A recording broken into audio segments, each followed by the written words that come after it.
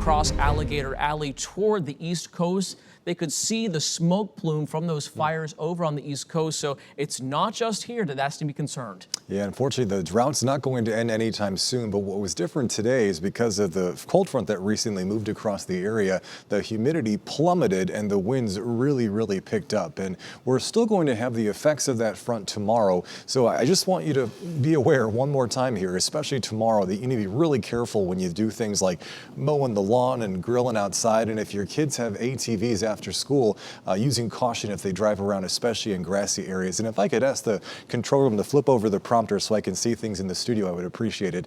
And then the other thing to keep in mind is you really want to avoid parking your car over grassy areas. A couple of years back, we had that enormous fire at the international airport. That was caused by a car that was parked over a grassy area. So it seems like something so simple, but gosh, as we have seen from experience, even little things like that can sometimes spark these really big wildfires, especially with a weather setup like we had earlier today.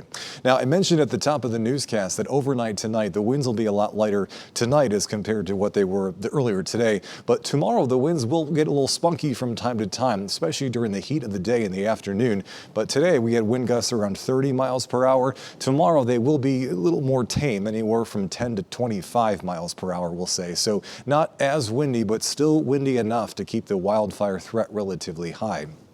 Now, last night during this newscast, we talked about why the percentage of 35% is so important when it comes to relative humidity in our part of the world. Where we live, whenever the relative humidity falls to or below 35%, you really have to be on guard for wildfires. Today, they were very much below that threshold. Tomorrow, they're just kind of hovering around that threshold. So again, the risk of wildfires is there, but it's not quite as high as what it was earlier today when it was really high across the area.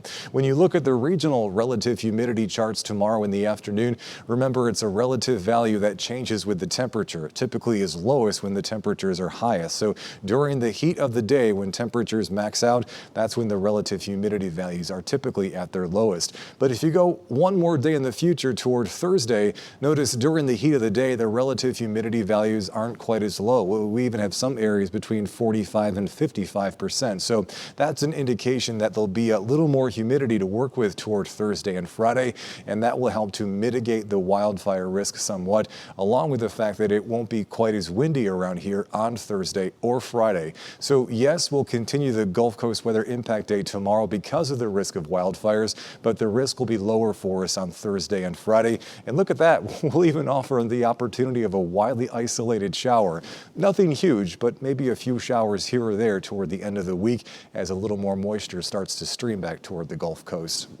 In the meantime, as you look live here from Fort Myers, boy, the wind is a lot tamer now as compared to earlier today. It's backed all the way off to 7 miles per hour. Still hailing from the east and northeast, so the air is still very dry, but the wind intensity is quite a bit weaker. So going forward over the next 12 hours, temperatures should be very comfortable tonight because of how dry the air is. But tomorrow, that dry air in connection with the stronger winds will once again, especially during the heat of the day there, keep that wildfire threat relatively high across our local community. Now, we mentioned, of course, in the 7-day forecast, not as concerned about wildfire coverage on Thursday or Friday, thanks in part to the modestly higher humidity and very small rain chances. And then once we get further into the 7-day forecast, like through the weekend and toward early next week, there'll be a lot more humidity around as nighttime lows next week, they barely drop out of the low 70s at night. That's your Gulf Coast weather certified most accurate forecast.